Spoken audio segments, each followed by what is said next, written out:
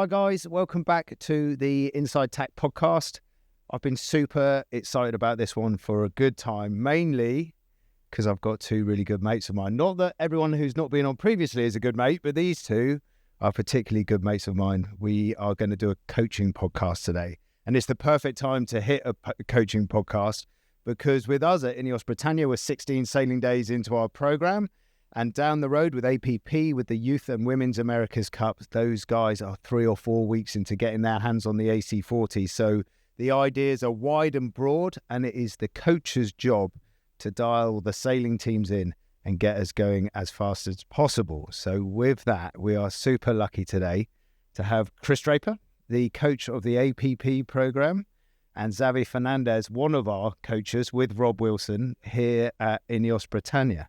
Lads, welcome. Thanks a lot for coming along. Cheers, mate. Yeah. Thank you. Yeah, no, good week so far. Yeah, and hopefully sailing tomorrow as well. So good. Just sailing every day, Xabi, right? There we can. And Chris, you're the same up the road. Yeah, but really good conditions this week, the early part of this week.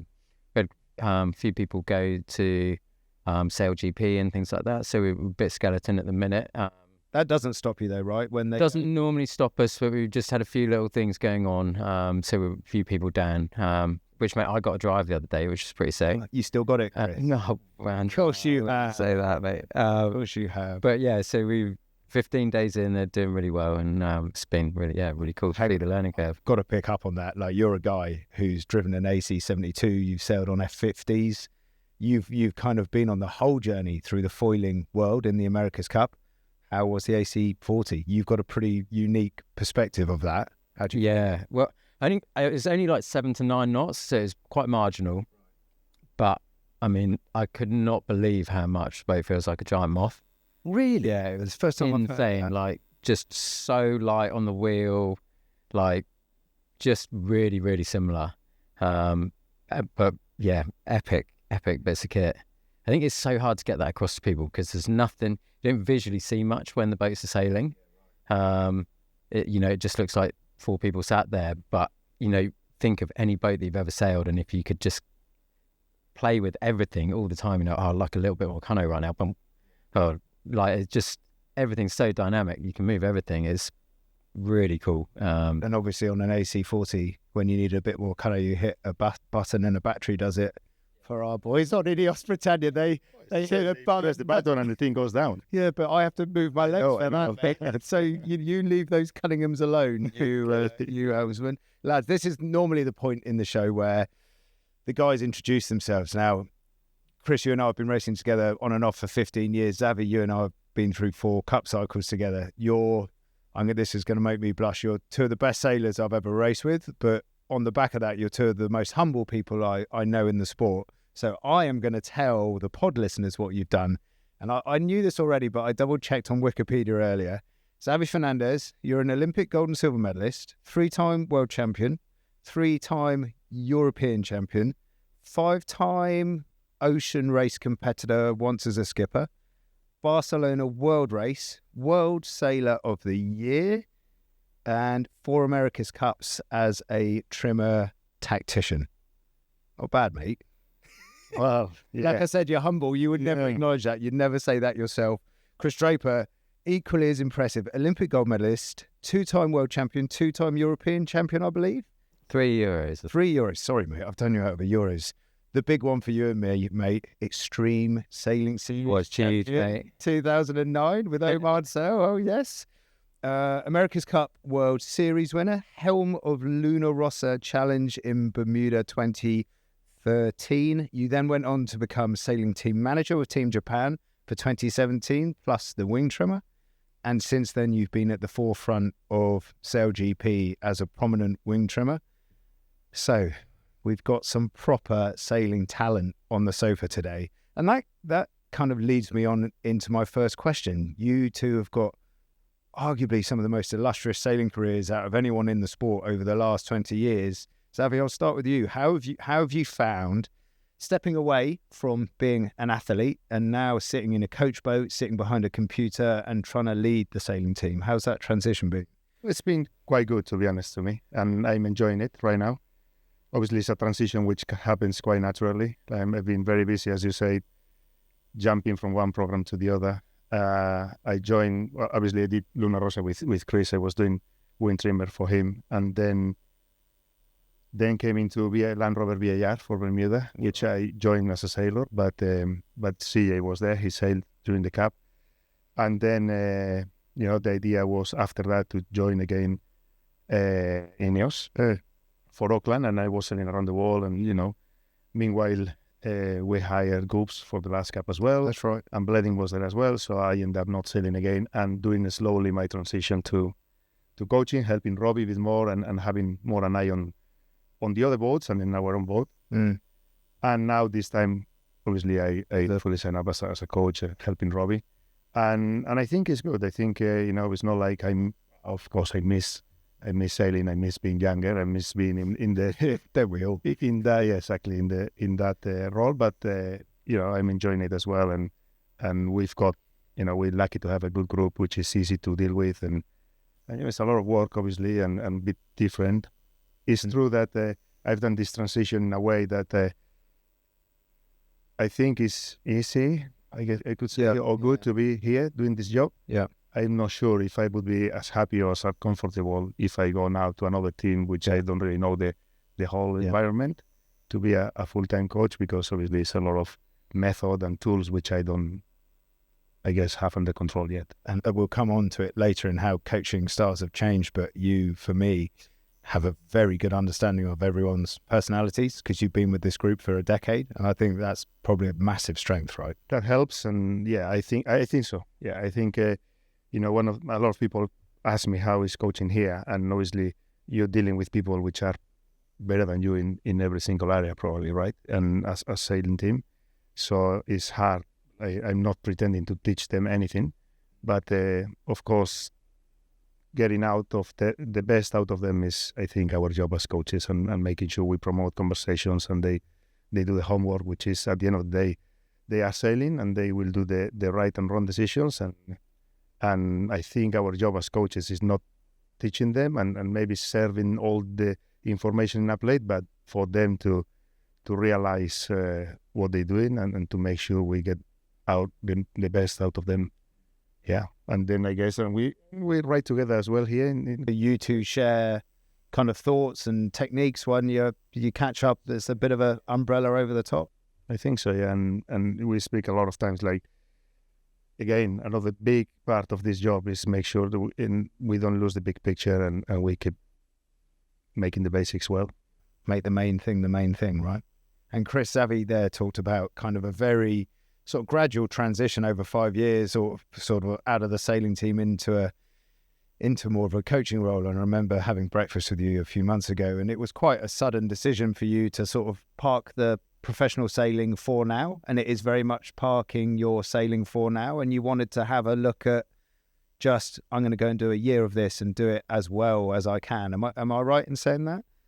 Yeah, I mean, I guess sort of came about. I've been working with some Olympic athletes over the years, sort of quite from a distance. There was a young guy, a team from Germany in the NACRA that I sort of mentored their campaign up to Tokyo. Sort of first met him when I was sailing 49ers in Kiel, and sort of helped him from a distance with his campaign. And then during COVID, started doing a little bit more coaching at that time, because it was hard to work, but we could move to travel for some of the Olympic sailors. And really enjoyed that. And then did a little bit more with, did some with Daniela Moroz, who's, did he air with her in the kite foil, really enjoyed that. And just sort of really started to enjoy that part of trying to get the best out the athletes and look for the finer details and how you could refine performance and stuff like that. And then started working with Connor Bainbridge with the British kite. Yes, just qualified for the Olympics. Just qualified for the games. Yeah, we're off to the games, and it's been a really fun experience. So I've got a question for you on the back of that. I remember speaking to you. I think in fact, the three of us went for breakfast just after, and you were absolutely buzzing for his success. So the question is kind of the levels of satisfaction seeing your person or team do well versus your own. Is it comparable? Is it a different kind of vibe, or? Yeah, I think it is. It's quite different in that I think somebody that I really respect for their coaching is Philippe Presti. And one of the things that he said to me very early on when I was talking to him a lot about coaching, and it was like, from being part of some of it, I was like, how do you keep the emotion aside from it? And we were talking about the kiting coaching, because some of the regattas, you have no tracker, you can't see a sausage, I'm blind as so like they start and I'm like, oh my God, which one is it? Which one is each? And it comes down the bottom, like, yes, it's in second, that's nice. Whatever. And it comes back and it's like, so what did you think about the race? Like, you did really well, mate. But what Philippe said to me, and it is really apt, is that staying outside the fishbowl of the emotion of the race or things that have happened, and being able to give a outer perspective, like really sort of balanced, calm perspective on what's happened, is quite a nice thing to be able to do. So it's nice to do that with Connor and trying very hard to do that. But so in answer to your question, it's easy to get carried away with the emotion of the performance at the time, I think. And that's something that I had a really nice opportunity to work on that with Connor, because he went through a little bit of a tough time of not qualifying the nation. He got ill for the national qualifiers.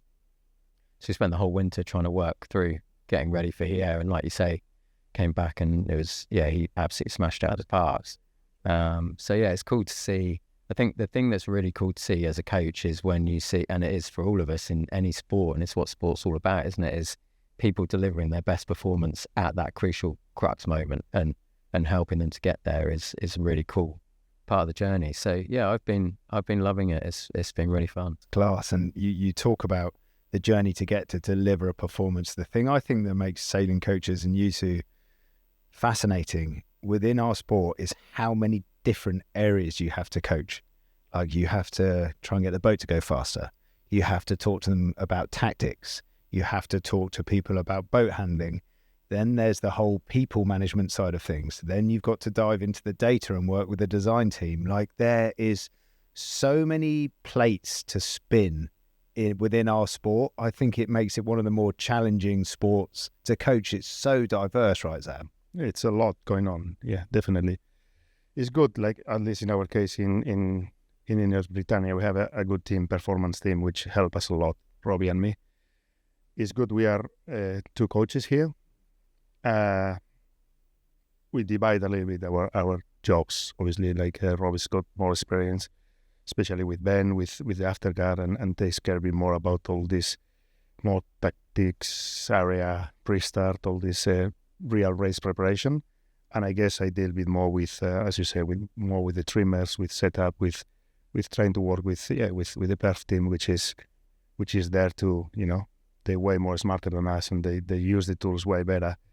And it's good. And we try every day before sailing.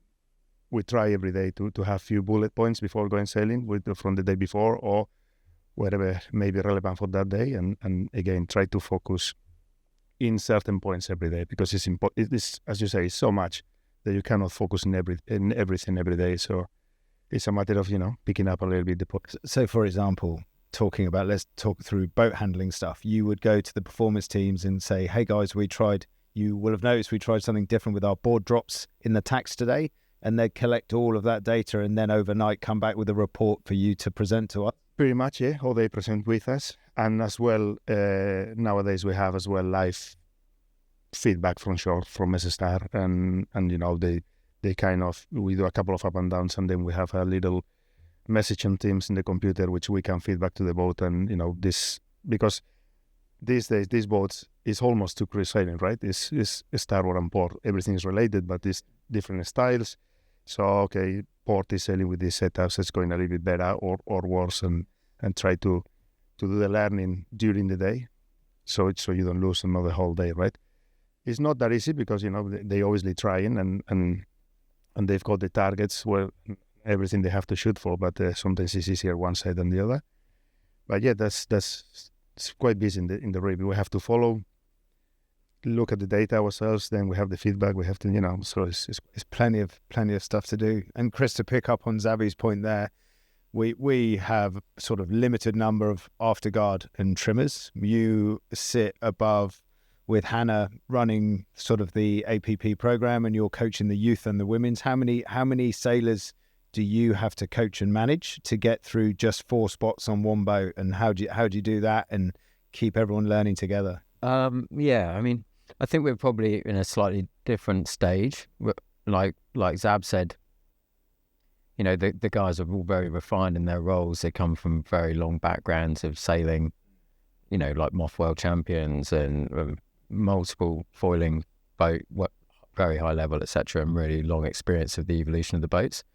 I guess that what we're doing is a little bit different in that the guys are really learning about some of them come from like WASP backgrounds or things like that, but a lot of them come from Olympic backgrounds, and it's really about learning this kind of boat.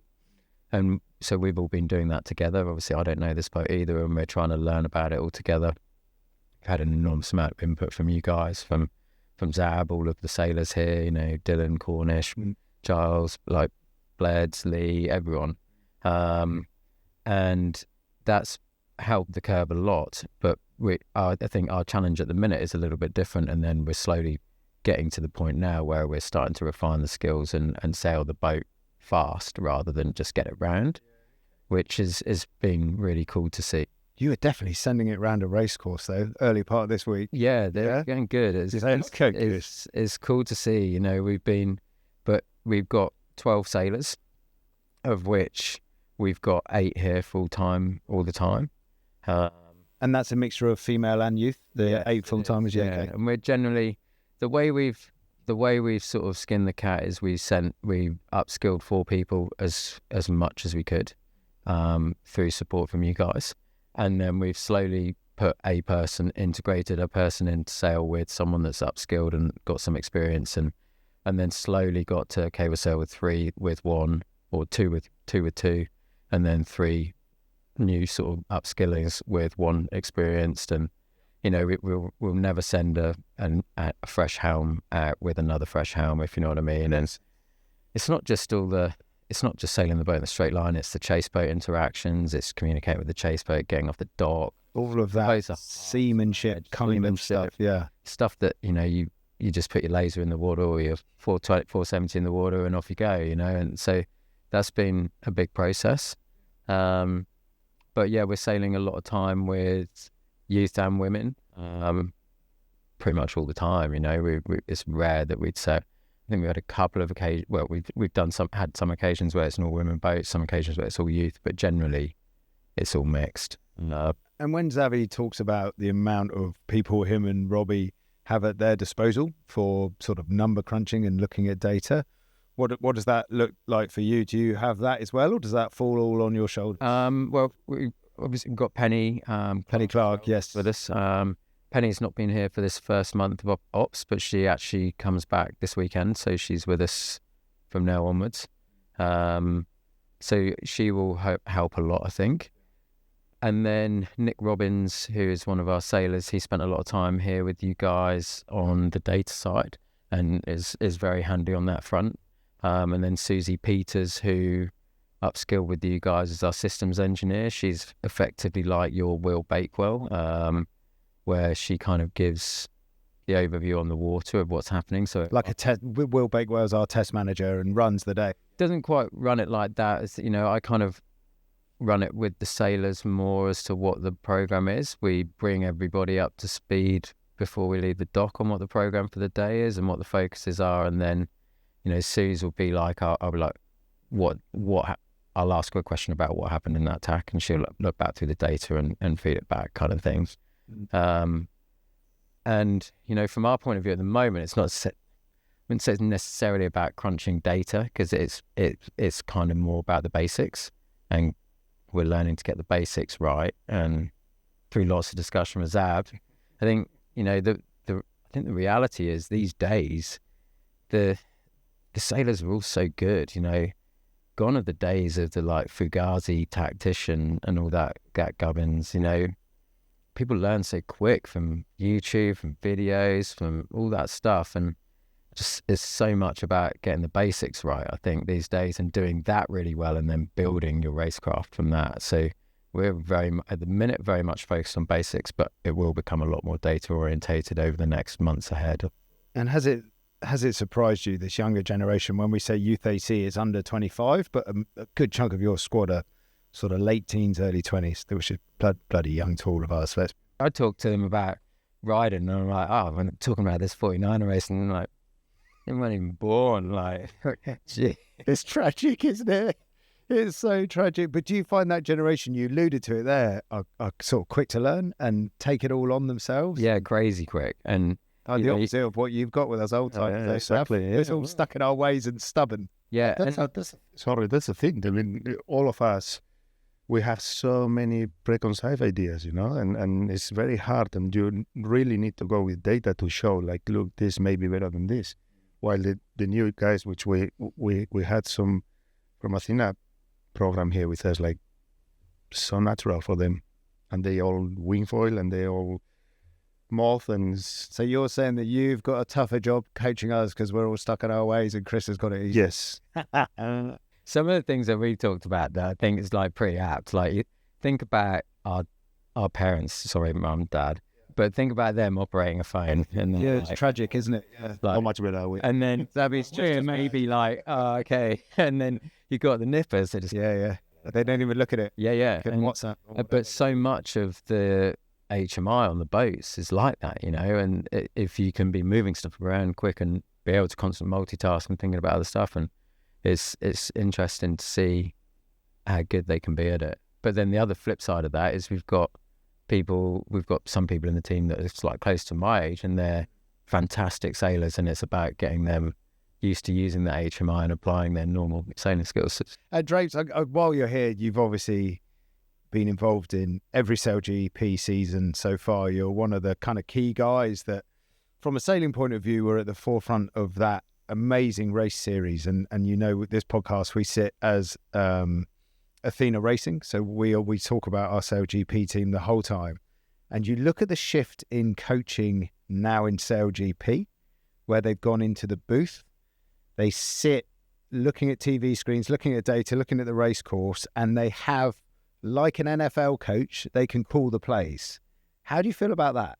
What do you reckon of that kind of whole coach being involved in the almost tactician? What do you reckon? Yeah, it's pretty mental. It's mental good or mental bad? I don't know. I mean, the SailGP racing, for example, I mean, it's really hard for new teams to get going, and there's no practice time, and you're racing on a super tight course at really high speeds. The boats are so overwhelming to sail just in a straight line, let alone around 10, 12 other boats in a really close proximity in breeze. And I think what it's meaning is that there is ways to offload some of the sailors and reduce some of the tasks to do some of the simple things really well. And it is enabling the coach to have like a tactical input, like you say. And I think the original idea was to try and reduce the costs, but I'm not sure it's necessarily worked on that way, because if you've got a couple of really good people in that booth, they can make quite a big difference. They're not cheap. Yeah, and they're not cheap. But, well, if it's you two, it wouldn't be cheap, eh? Oh, wow. Like the Messi and Ronaldo of the coaching world, in my opinion. But I think it's a really interesting dynamic. And, we see it across a lot of other sports. Maybe it's something that will continue. It's not the case in the Cup, is it? No, not at all.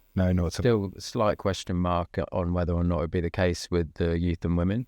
Oh, really? Is that still a talking point? Raised it, but I don't know whether anything will come from it, but I assume that it won't be. But, I'll give you an example, like chatting to Joe Glanfield. I hope he doesn't mind, but Joe Glanfield is coaching SailGP still. Germans, that's right. Yeah, coached us all the way through in the various teams that I work with, and he's working with the Germans now. And those guys are in their first season. They're super talented, great people on board. And what he's doing is he just basically calls all the race software for them around the course. Oh, really? So all the linkages and the software. Yeah, okay. 12 the boundary. Oh, gotcha. Yeah, right. So line intent and stuff like that. So, all that kind of info that suddenly the flight controller, the wing trimmer and the helm can just focus on sailing the boat bloody fast and looking at where the boats are, and that kind of stuff. They don't have to look down. And yeah, it's like having a sat nav. And so suddenly that's changing the dynamic massively, which I think is, well, for us as coaching, it's really exciting. Yeah, to be a part of it. But still, it's almost like your dad, who's an amazing model boat sailor. You could be a bit like him in a funny way. Could commentate his model boat practice. And I tell you what, with your blindness, with a TV screen in front of you, this is shaping up perfect. Get big tellies, mate. It's better you a big telly, super HD, and you can see everything. And so it's funny you should say that, Chris, because we had a lovely moment yesterday. For us on Britannia, we did some proper sporty laps around the racecourse, called by our coach, actually. So we made a really small racecourse, and Xabi said, okay, guys, we're going to push it a bit here. I want to see 5 tacks upwind, 3 jibes downwind, and we're going to do 3 sausages. And all of the afterguard were very excited about it. All of the cyclors were a little bit filthy with Xabi. But then the most amazing thing is we have this cyclor loop where people in the rib can click on, and all of our cyclors are chatting away about what's going on the racecourse. And then all of a sudden it gets really hard. We do 2 tacks in a row, and this little Spanish voice pipes up in our ear like a director sportif from a cycling team going, come on, boys, you can do it. Push hard. And man, everybody's watts went up by like 200 as Xabi was... So you had more, eh? Yeah, mate. So maybe with the America's Cup, we should have no input into the tactics, but have Xabi Fernandez cheering on the cycle. Channeling. Yes, exactly. That's exactly what I think.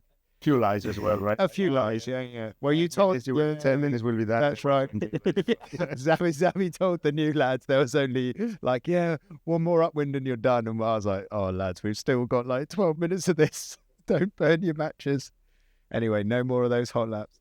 It was brilliant, mate. What a fun day. We're going to swing the lantern a bit here now in terms of sort of cultures and setups around professional sailing teams. When we all started, like Chris, you and I first sort of had an America's Cup experience together with Team Origin in the late noughties, where we worked with amazing sailors out of the old school Alinghi boats and the old school Team New Zealand boats. And Xabi, you've been involved in pro round the world teams for 20 years. And the mantra within a team back in those days was, excuse my French, like harden the up and get on with it. And I think one of the biggest changes in our sport over the last 10 years is that's not the case anymore. There's much more, and it's reflected in the wider society, the conversation about sort of mental health and coaching people's emotions, which is definitely the right way to go. And I think you two are very aware of that, and you both check in a lot with your athletes. Do you see that over that big shift in the last decade? Oh, yeah. I see it, as you say, in the whole society and in these teams as well, and in this team in particular. And as I said before, like our job is to make sure the people is, in a position to deliver the best they have. And for that, well, I think it's very important, people is comfortable and they, we all smart about it, right? I think it's long time, those days of more is more, they're gone. And I think, I'm not going to say less is more, but for sure you need to be smart. And as you say, check on people, and because, everyone has a situation always, both in the sailing team itself or outside here. And it's important to manage and help them to deload a little bit as well, and make sure, again, that, they're happier in a better place to be motivated, and because they have a lot of homework to do themselves as well. And at the end of the day, they need to do, and it's one of the things we work with Rob as well, like we need to make sure at least they make the question to themselves. Yeah. To yourself, how you can be the best in your position before the race comes, right? So I think with that. Yeah. That's not a thing anymore. And Chris, you know your athlete is know your athlete. Big one, isn't it? And you Chris, as you've alluded to already, you're kind of managing personalities and opinions across sort of almost 25-year age range. That's knowing your athletes and knowing kind of how they came into the sport and how they sit. That must be quite a fun dynamic up the road in Badalona. Yeah, it is. It's a big feature. You've got people, exactly like you say, massively different backgrounds, massively different upbringings, people that have, they might have even thought that their sailing career was sort of, they'd parked it effectively, or some that are absolutely frothing at the bit. And so you've got quite different dynamics. But getting them to work together is quite a fun challenge. I think the other thing that's changed a lot as well that leads towards it massively is that the boats are moving so fast now that you just can't afford to have emotion in the communication and so on. And so you have to find the way that everybody can communicate and feel comfortable in. It's almost like military operations, isn't it? Because it is all on. And if you get the athletes in the right place to be able to communicate effectively, then they feel comfortable. No one gets anxious during the race and so on. I think that's become a big part of this kind of boat racing. Sort of a comms playbook almost. Yeah. Yeah. And then I guess on the flip side of that, from the coaching point of view, like working with my Olympic athlete is, again, it's so much about know your athlete, isn't it? And what is not necessarily the, Mickey Beckett, for example, is quite a different character to Connor. Mickey Beckett in the laser, Great Britain, fantastic medal hope for Great Britain, and same with Connor in the kite. But their characteristics as people is quite different, and if he's the same approach that Gaz uses with Mickey, it's not going to work with Connor, and so on. And I think that's it's a big part of it, isn't it? And sort of talking about sort of your coaching role here and doing a bit with the British Summer, like time for a bit of a campaign update, which we always do. Chris, your summer looks like you've moved to Barcelona. You're obviously looking very much at both of the women in the youth team, but you're going to go to Paris. Yes, yeah. You're going to get a tracksuit and go. Yeah, good man. Got team kit out a week on Monday. Yeah, that'll be fantastic. Yeah, fancy dress parties in 10 years. Yeah, even better in 30 if it's still around. But yeah, so we've got that and a few trips to Marseille over the next couple of months, and then the games. Yeah, and with the APP program, you've alluded to it already. You're getting the basics right, but there's a bit of a subtle shift towards racing. And when do you expect to kind of be racing around other boats and that kind of thing?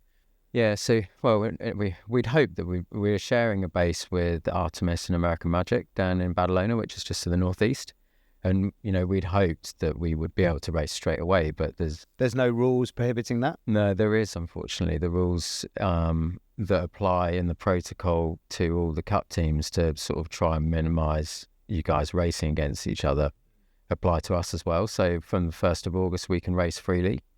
But in many ways, that's not necessarily a bad thing for us. I think initially we were really keen to get sailing with the others as much as possible all the time, but kind of gives you quite a nice deadline on how you can play things. There's with Olympic campaigning, like one of the very famous quotes from someone like Hamish Wilcox, like the 2,000 hours. Well, Hamish Wilcox, Victor Koblenko, those kind of people, like you have to put 2,000 hours in the class before you're ready to win an Olympic medal. And Hamish Wilcox, famous 470 coach from Australia, right? Yeah, or New Zealand. Yeah, and then he's worked with Team New Zealand the last cut, works with Prada now, and I think there's similar analogies with what we're doing here, but we obviously don't have 2,000 hours. We've done 15 days in a month, but a bit of sim time as well. The sim time's been good. Time as well, but so we've got probably a set amount of time that we could say a number of days that we will get to, and we're kind of trying to divide that up between right now basics, getting everyone upskilled up to a certain wind range, and then start nudging the wind range over the next month when we get the opportunities, start pushing the boat harder into race scenarios, hot laps like you say, start really understanding the starting of the boat on our own, getting all those basics, those skills all set up before we start racing start of August. Busy, but fundamentally August is when you do this kind of super ramp. Will be the start of the super ramp, yeah. And then we're into the youth events first, and then the women's events second. And they're timed perfectly, right? They're in between the kind of round robins and the semi-finals and the finals, and they're just going to be like, just for what is going to be an incredible America's Cup, they're just going to keep their excitement rolling the whole time. And actually 10 or 12 of those boats racing around together, I hate to say it, might be the sailing of the summer. Yeah. The sailing of the summer. Yeah. Yeah, I think it could be very, very cool. Yeah, very cool. And Xabi, campaign update from the INEOS Britannia side of things. What does the next sort of June and July look for us now? Well, as you say, 16 days now.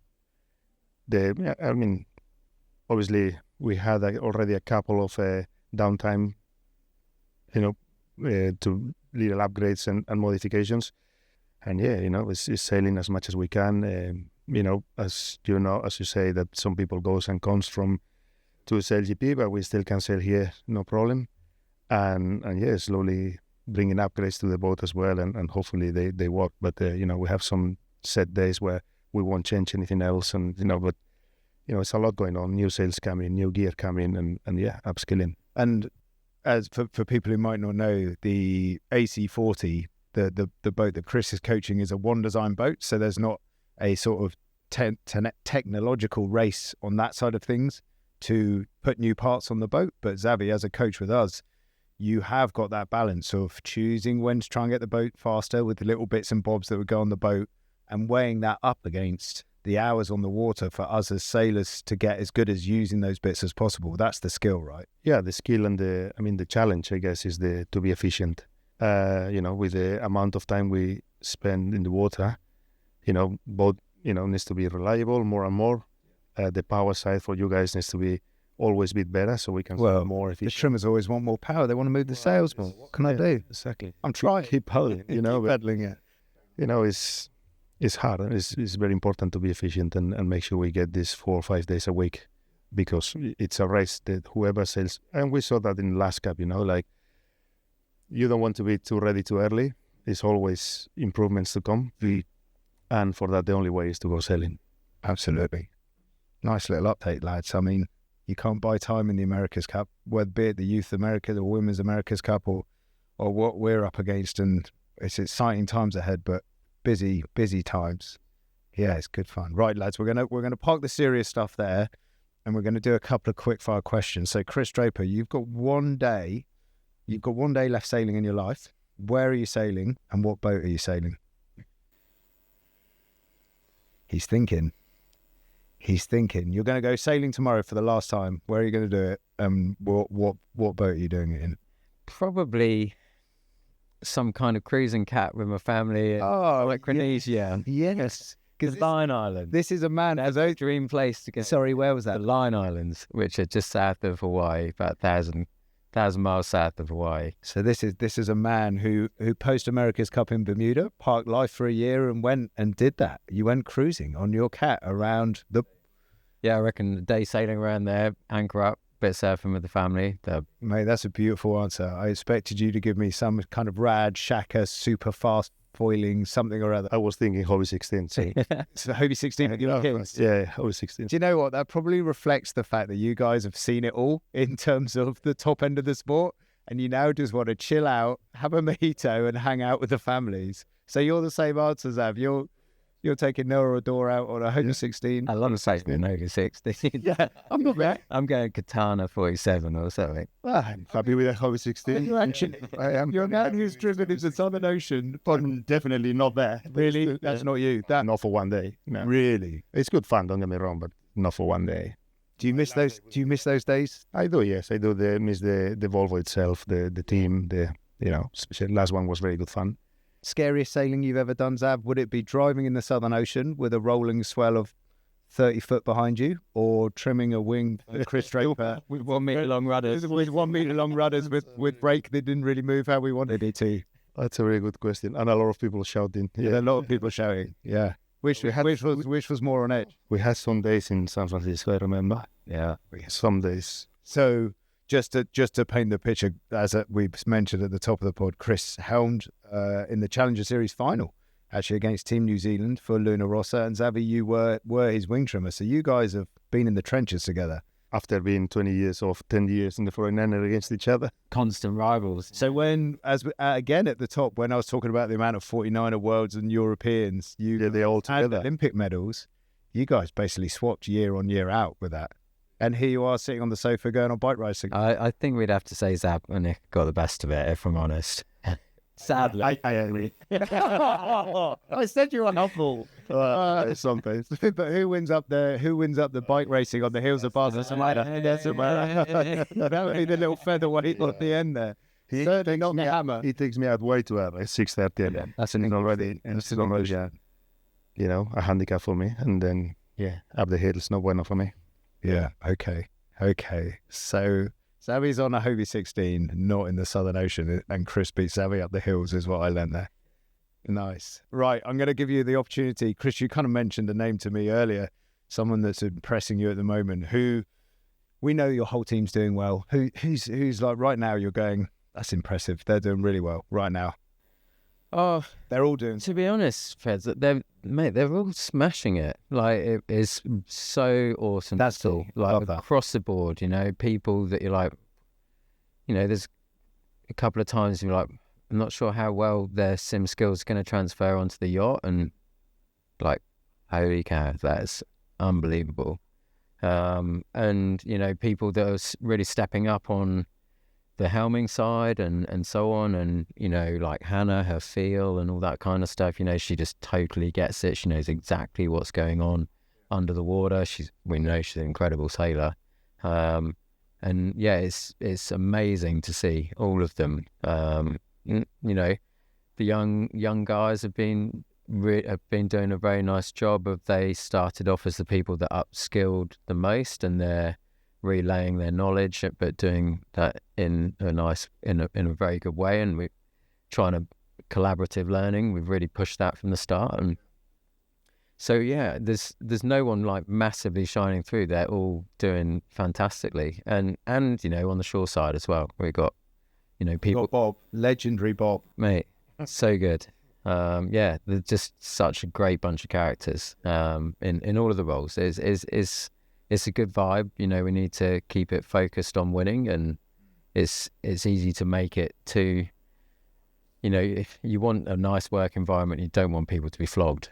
There's a balance that. Yeah. So, but and the balance is keeping that going. I kind of, Hannah and I and Frankie were chatting the other day. It's like the 1500 meters. What we're doing, it's like, it's not a marathon. It's not a sprint. It's like that real nasty one that you're just trying not to spew.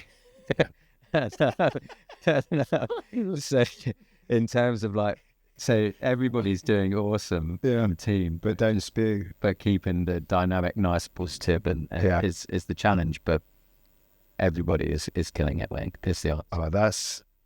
I love that. That's a great answer. And I tell you what, I was seeing you out there the progression over the last month of these guys, Xabi, and when you guys went as APP for the first day, it was actually from here. Yeah. And there was a proper buzz around our team, wasn't it? Seeing those guys go out and start doing it all so well by themselves. No, it's good.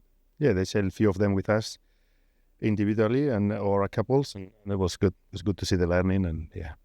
And Xabi, my last quick fire question for you, and we again, I think I know your answer.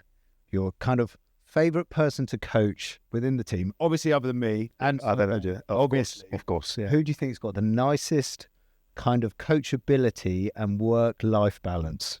I can be very political. You can, but you won't be. You won't be. I think we all know.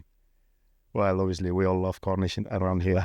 Yeah. He is with band. He's you know, obviously no more talent. Everyone knows how good he is, but you know, very good sailor. Yes. That's always easy to talk to. Yes. It's a guy, any feedback, always yes, and tries it, yeah. Everyone is very good with feedback, to be honest, but you know, we know that some people always has an answer, but you know. Yeah. But you know, he's good, and obviously good fun, and always positive. I think Pretty strong as well. He is strong, hey. Sometimes you need, what you're saying, you need to be smart and you need to be strong. Yeah. But Cornish is actually, he is very smart as well. But I wanted to ask you that question because I think it's a really good thing for the young guys, young pod fans, young sailors to hear. Like, what for you makes someone good to coach? So you said obviously naturally talented, positive, accepts feedback, and has fun. Yeah. I think they're four pretty basic things that for you as world-class coaches as you are now, you're looking for in your athletes. Yeah. I mean, people are willing to listen and to improve always, and, you know, and have a good attitude, which is for free, I guess. Last bit before we go for lunch and carry on our yarns, but just not recorders. In every podcast, we have a conversation around grit, rigor, or humor, which is like an INEOS mantra, an INEOS philosophy, let's say, that's got that company to where it is. And I just wondered if you had a story from your sailing careers that resonates with you to this day. It can be a particularly successful day that you've had, that you've enjoyed, a hilarious day, a day that has gone really badly, but you've learned from and carried that learning from for the rest of your career. If there's a day that kind of bit morbid, but on your deathbed, you're like, oh my God, that was a huge day in the sport for me. Have you got one of those? Well, plenty of those, I think. Yeah. Not sure if I can remember. But, we had few important days, I guess, moments where we... Doesn't have to be from within this team. No. Well, I guess a lot of learning came from my 49er days, probably with Iker, which we did, we were hard to be controlled, I think. Weight, a lot of sailing and always more. Those days were... You were more is more. More is more. Yeah, 100%. But, we had few good days where, one day we understood that we couldn't understand everything. That was a very important day for us. That's interesting. And, you have all these measurements of everything, and, we want the stiff mast, and this is us, and this, and then suddenly you break it for some reason, put another one even faster. You measure is soft, so all your ideas going through there. So, yeah, that was, I remember a particular day training Santander, which we came back saying, well, we will stop trying to understand everything. And I think that made us better. And Xabi, you were actually probably one of with Nathan and Goobs and Pete and Blair and Chris. I chuck you into this. There's like 4 or 5 49er crews over the last 20 years that have been dominant. You got an Olympic gold medal in Athens, and then for me competed in one of the most mental sailing days I've ever seen, the 49er medal race in 08, which was super windy, but the wave state was unbelievable, right? Everyone weighed nothing. Eh? Everyone had lost weight. Well, 40 were weight. And you and I have talked about this race over a year. I would have been pretty good with the hills, but yeah, you would have been better on a bike. And I think so, yeah. Especially those days that you didn't know what a bike. Yeah. But you and I have spoken about it over a beer, that race. Yeah. But you had a jibe, right? To go in and win a gold medal, and there's also the thing going on with the other boat. With the other boat that won. Are you happy to talk about that? No, it was a crazy day, obviously. We went to the medal race as 5th overall. And, you do all your numbers, and it was so crazy that the only goal was not to break anything. And what happened really was, I'm not going to go into details, obviously, but a part of the Danish, they had this they broke the rig in the warm-up, and then they took another boat. And eventually got gold. Yeah, but we didn't even know they were racing, obviously. So for us to win gold was the only possibility, was us winning the medal race and then not finishing. Yeah, so that was going to happen at one point. Right. But anyway, just to make an idea, we capsized twice in that race and still won it. So we capsized right at the start and then in the first and win as well.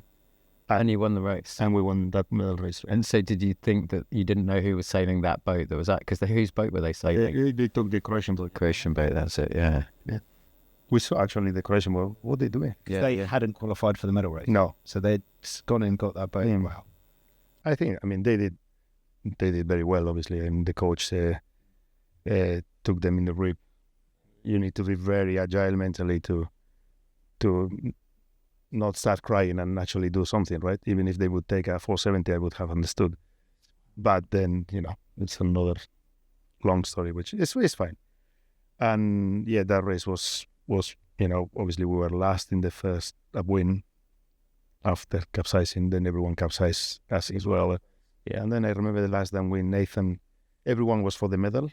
That's right. We were 5th, obviously. All in the commentary, the gold medal changed hands like... Yeah, and then I remember Stevie and they capsized as well in the last and win, and and only 7 boats we finished that race. People broke the brakes, and it was good. Anyway, good memories. I think from the Olympics you come with a medal or without a medal. That's the first thing, and it's always I'm not sure if advice or not, but for sure, it's some people which gets to like only gold, going only for the gold, and I think I think you don't need to. You need to go and try to win. Obviously, you come with or without medal. And that's a good attitude. With the Olympics around the corner, yeah, I hope there's plenty of athletes that bear that in mind. Some good advice there. Yeah. And Chris, how about you, buddy? A story that resonates that you've learned from in your sailing career that kind of stands the test of time for you? Yeah, quite varied, I guess. A big one is back from 49er days as well. Like, I think for Xab and I, those are obviously, you put everything into those days in the 49er, like your heart and soul into every minute of it. And I think one of the big ones was with Simon and I. We had a Worlds in 03. Simon Hiscox, yeah. And you guys missed that Worlds, I think. You the day before, you remember? Yeah. But that Worlds, we been working a lot on mental approach and so on, but super process orientated, like just so focused on all of that side of things. And we crossed the finish line on the penultimate day, and Sparky, the Olympic manager at the time, came up and was like, "You're world champions." And we had no idea that we'd won the Worlds. And but we'd been so process orientated, not looked at the results once, like invisible boats, just treat each boat, all that kind of stuff. And I think that kind of set a tone for what I learned about sport, was that so much of it is process orientated, and if you think about the overall win, it's so hard to actually achieve it. But if you focus on the processes, that helps a lot, or is very pivotal. So that's been something that I guess I've taken from that moment onwards and forwards, and I think we applied that like Extreme Sailing Series, so that kind of stuff. Do you know, I was just about to say that when you and I started sailing the Extreme 40s in the Extreme Sailing Series, which for me was the precursor to the sailing world we live in now, the fast, close to shore, stadium racing style. When you and I did that, God, a long time, 15 years ago, Molly, we're getting old. But you brought that mentality on that boat. And although I'd already done 2 cups before that, you stood out to me with your processes and how to get that boat as fast as possible. I mean, you're so blind you couldn't see the back. Yeah, that's still a reason for it to be necessary. We still went for They've got to be invisible bays. We can't see them. Oh, but it's funny you talk about. I think a lot of people ask me this as well. Like, Olympic athletes, they wish they were in the Cup. Once they're in the Cup, they wish they were in the Volvo. When they're in the Volvo, you want to be there. But I think it's pretty clear we've been lucky enough to be involved in kind of everything. And yeah, it's for sure, I think the best sailing, for sure, is the Olympic sailing, in my opinion. Where, as you say, you put everything, you're in the best, I guess, part of your life as well. And it's you and your friend and your coach, and you take all the decisions and all these things. And I think it's for sure the best part of sailing. And then I guess if we are not in the Olympic sailing now, it's because we cannot. I'd like to see you on a 49er wire now, to be honest, Sav. I sailed a couple of years ago for one day. And how'd you go? Mate, how's the arm hanging on? That's it? No, good. Stick to the coaching and the bike riding. I see quite a lot of 49er sailing still. Yeah. And sometimes I can't believe I was actually not too bad at that. Not too bad, mate. Come on. Fastest hoist in the West. Is that right? Was Xabi famous for his hoists? Like shotgun.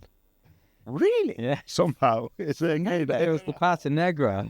Yes. It's all about the legs. Yeah, he trained his upper body, but so are you a good 49er, like powerful 49er crew by having big gluteus maximus? Yep. Who knew? We didn't know. Not as big as Luna. Yeah, sure. Yeah. Oh, lads. Hey, I tell you what, boys. Like I said, you two have been on the list from day one of this podcast coming around. 2 of the best people I've ever stepped on the boat with.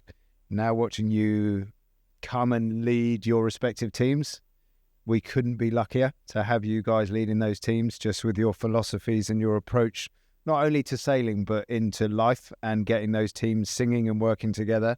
It puts APP and INEOS Britannia in such a good place going into this summer, and we'll have happy sailing teams that are performing at their maximum, and that is a lot down to Xavi, you and Robbie. Let's shout out to Robbie Wilson but Chris, you up the road. And thank you so much for stopping in. So, pod fans, that's us on coaching. We are 100% going to get these two back on, let's say mid-August, for an update and see how we're all going, seeing if all this stuff that we've been talking about is coming to fruition. Thanks for tuning in this week.